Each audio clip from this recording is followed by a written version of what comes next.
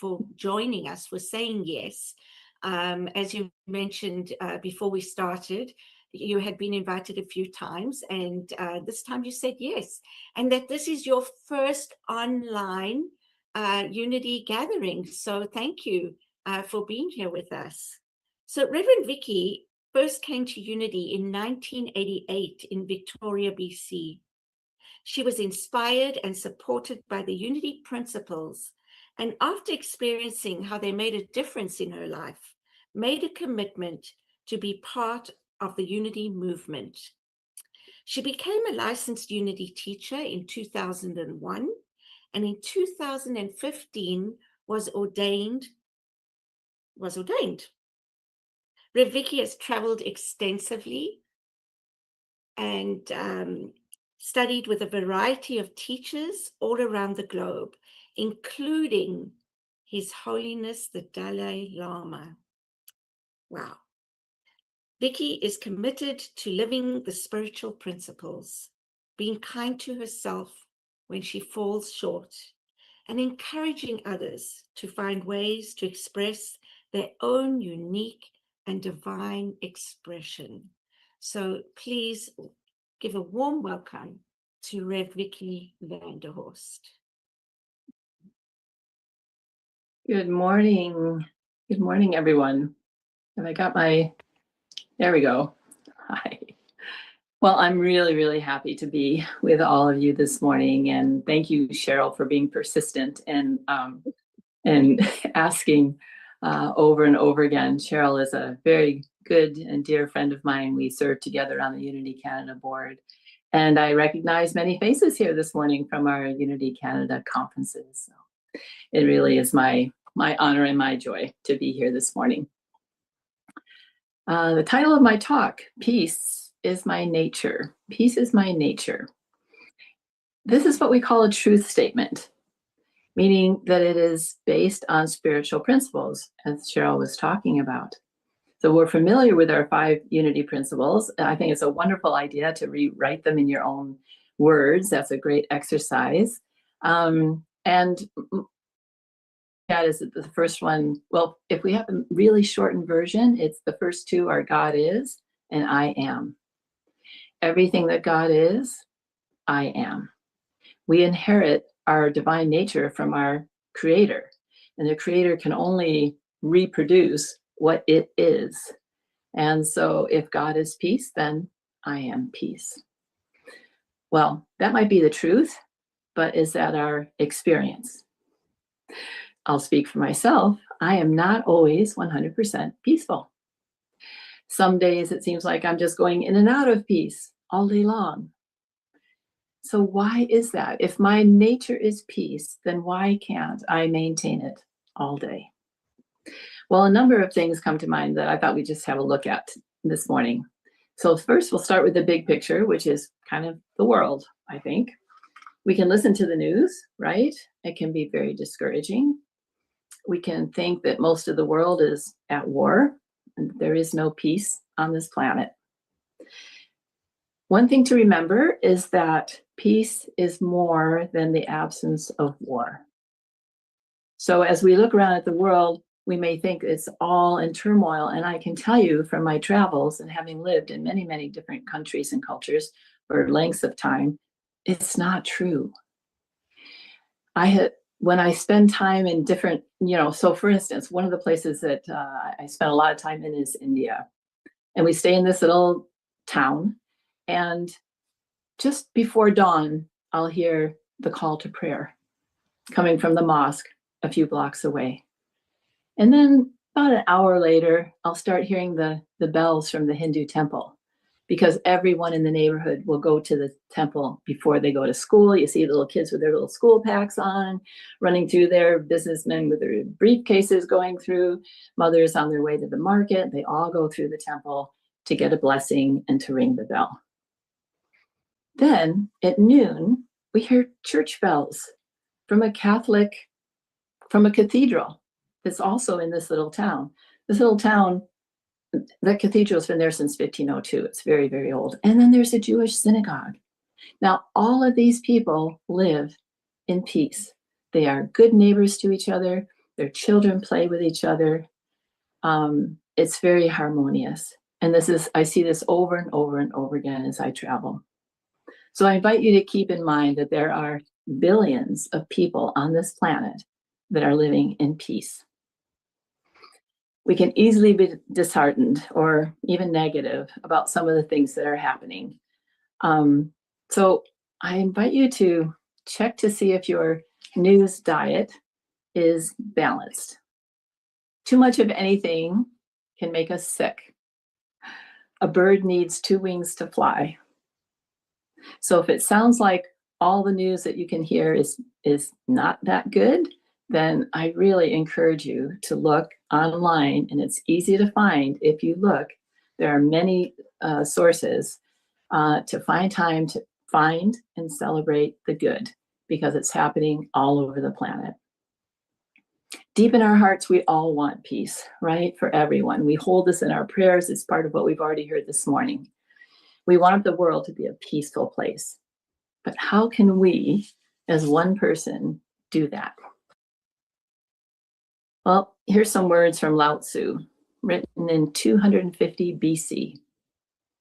If there is to be peace in the world, there must be peace in the nations. If there is to be peace in the nations, there must be peace in the cities. If there is to be peace in the cities, there must be peace between neighbors. If there is to be peace between neighbors, there must be peace in the home. If there is to be peace in the home, there must be peace in the heart. So that would be you and me right here, right now. So what are we bringing to the world? Are we an expression of peace? Are we adding more peace to the world?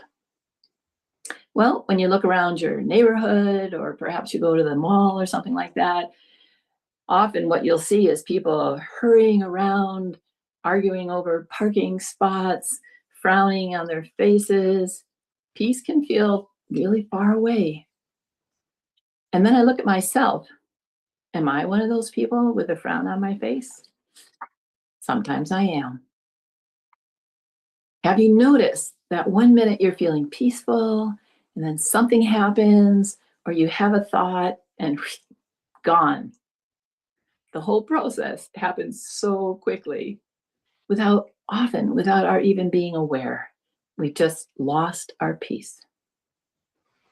I went to a farm market a few weeks ago, and there's just, one little dirt road in, and then a little gravel parking lot, and one little dirt road out. So as I'm exiting, 2 cars in front of me, the person stops. Well, there's only 1 lane, so, person in front of me stops, I stop. I'm sitting there thinking, why are they stopping right in the middle of the exit? And then there's cars that are stopped behind me and cars that are stopped behind them.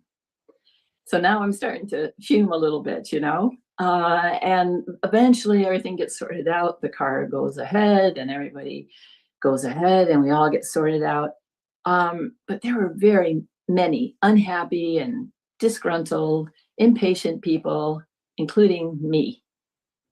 When I was finally able to drive away, I continued to replay the incident in my mind. Why did they stop in the middle of the exit? Didn't they notice all the people they were blocking?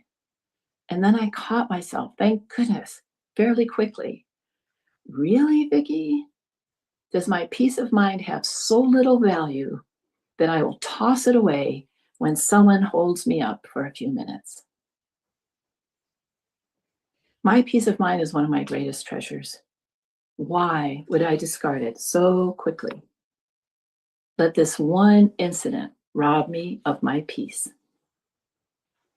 Does my peace really depend on circumstances or people? I truly hope not. And if so, that means that my happiness is at the whim of anything that anybody says to me, anything that happens around me, wherever I am. And I do not want to live like that, blown this way and that. If peace on the planet depends on my heart, the question is, how do I find that peace in my heart? Let's go back to our principles. Peace is embedded within us. It is encoded in our spiritual blueprint. We have within us, because we are one with all good, with spirit, with divine mind, with source energy, whatever name you want to give it, because we are one with that, we have an infinite supply of peace. Where is it? We cannot use it up. We have a well of peace that's always available to us. So if that's true, then peace is not something to seek. The question really is, what can we do to cultivate, nurture, and activate the infinite peace that is already within us? We talk about peace of mind, but we experience it not only in our minds, but in our bodies and in our hearts. All of these can give us a clue about when we are out of alignment with peace. So non-peace in our minds, what does that look like? Well, having these inner conversations, these uncontrolled thoughts going round and round. I should have said that. They should have said this. Next time I'm going to say that. Why didn't they? Why don't they? Why didn't I? Like what was going on for me in the parking lot after that incident. So when I catch myself in these inner conversations, I know I am far from being at peace. Perhaps you can relate to that. So that's our minds. What about our bodies?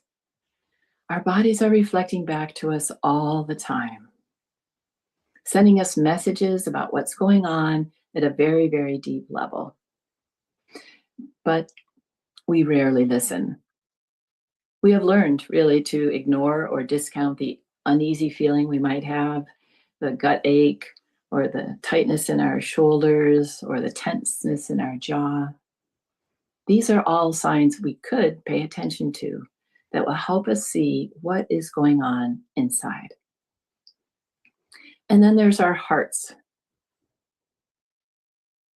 that we close when we judge others, when we are angry, when we are disgruntled, when we are irritated. We put up a wall to protect us because those feelings are not pleasant.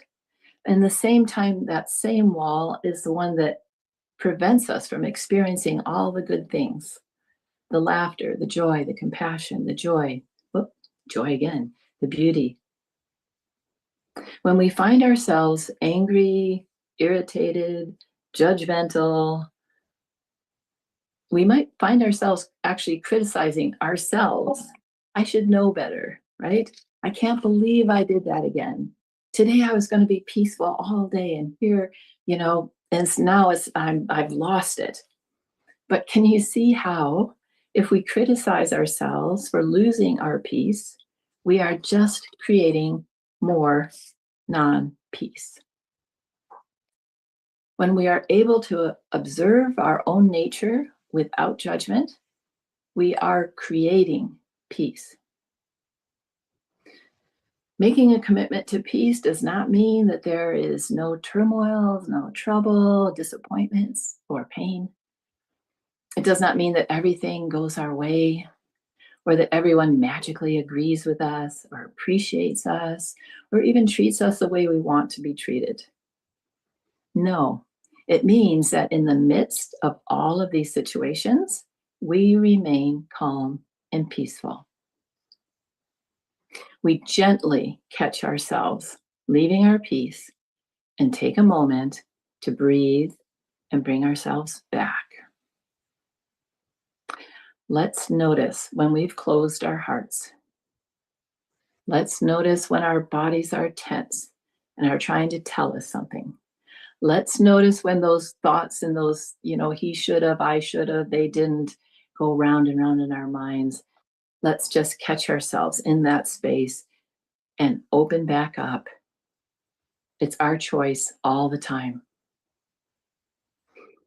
Pema Chodron, in her book, Practicing Peace, says this: "This is the real work of the peacemaker, to find the soft spot and the tenderness in that uneasy place and stay with it. If we can stay with the soft spot, with a tender heart, then we are cultivating the seeds of peace. This is the work of the spiritual warrior, the true practice of peace. Being consciously on the spiritual path does not mean that we are going to be a perfect expression of the divine in every moment, that we are untouched by the challenges of human life. Being consciously on the spiritual path means that we recognize when we are off center and we know how to bring ourselves back. So I invite you to develop some strategies and be aware of the circumstances or perhaps even the people where you tend to lose your peace, so that you can prepare yourself as you go into these situations, so that you can do your perhaps a meditation or some recall one of our 12 faculties, as Cheryl calling them, so that we can stay strong and centered and peaceful no matter what's going on. And if we lose it, how do we bring ourselves back? You will know what works for you. Perhaps just taking a quick walk around the block, or even looking out the window and, well, I was going to say watching the birds, but maybe watching the snowfall. There's so much beauty in nature. Perhaps listening to a favorite song, or having a cup of really yummy tea, or calling a friend. Figure out what works for you, because the faster that we identify when we've lost our stance of peace, and the quicker we can bring ourselves back, the more we are contributing peace to the world, which is what we want to see. Reverend Thomas DeShooter out here on Vancouver Island had a little acronym called PBS, and it's pause, breathe, and soften. And I just love that. It's easy to remember. I really like those kinds of things. So when we can feel that we are not peaceful, we can pause, take a breath, soften. We can do this. We can be a presence of peace wherever we are. It is the best gift we can give to ourselves, everyone around us, and really the entire world. So I invite you now to join me in a time of quiet contemplation.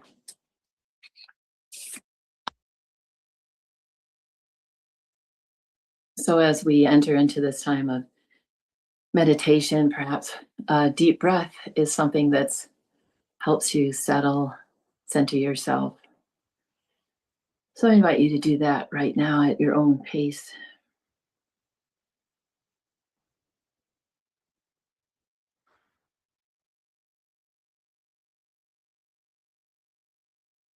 We take time now to unite in a conscious awareness of the divine.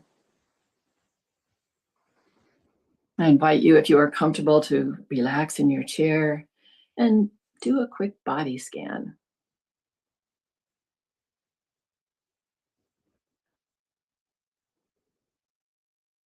You can shake out any tension you feel, perhaps take a conscious breath or close your eyes if that's comfortable for you.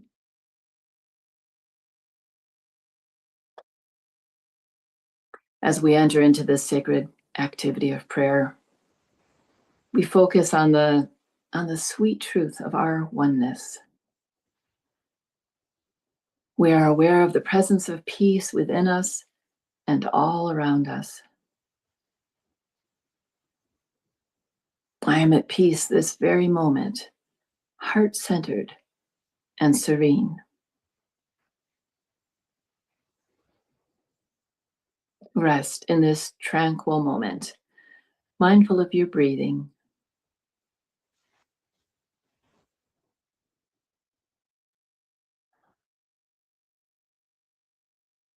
And as you focus on your breathing, you could hold this centering thought. I inhale life and I exhale peace.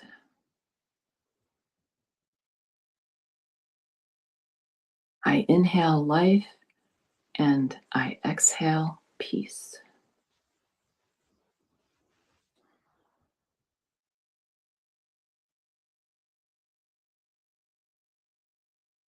Breathing consciously, I say to my thoughts and my feelings, let there be peace.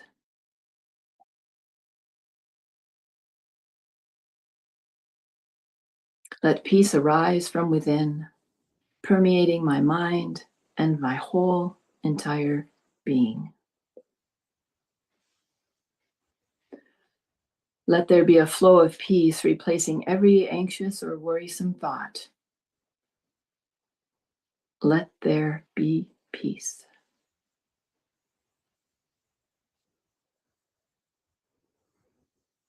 Centered in love that flows with no limits or conditions, let me cultivate harmonious thoughts that lead me to speak and act in peace.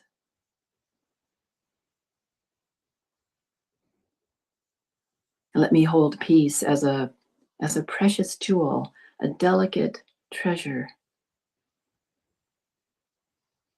Let me be in the world radiating kindness, compassion, in keeping with the God of peace that is my source.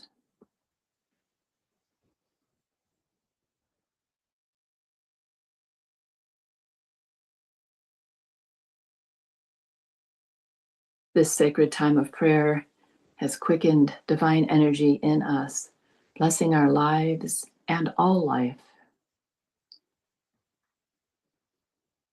And we now prepare to bring this sacred activity to a close, renewed and refreshed,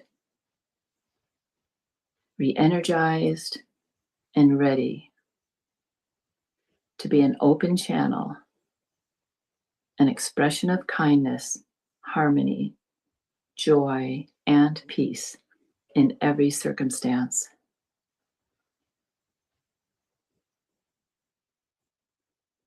Let's remind ourselves of the truth. Peace is my true nature.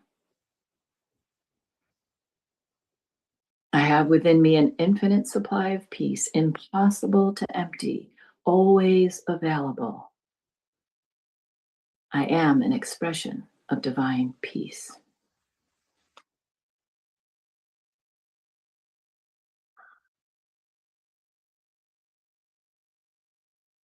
And so for this time, when we come together in unity, in oneness, in our pure potential of our divine nature, we are grateful. We are the ones that make the change in the world. And so we step into those opportunities wholeheartedly, joyfully, knowing that we are strengthened and supported and sourced by the divine.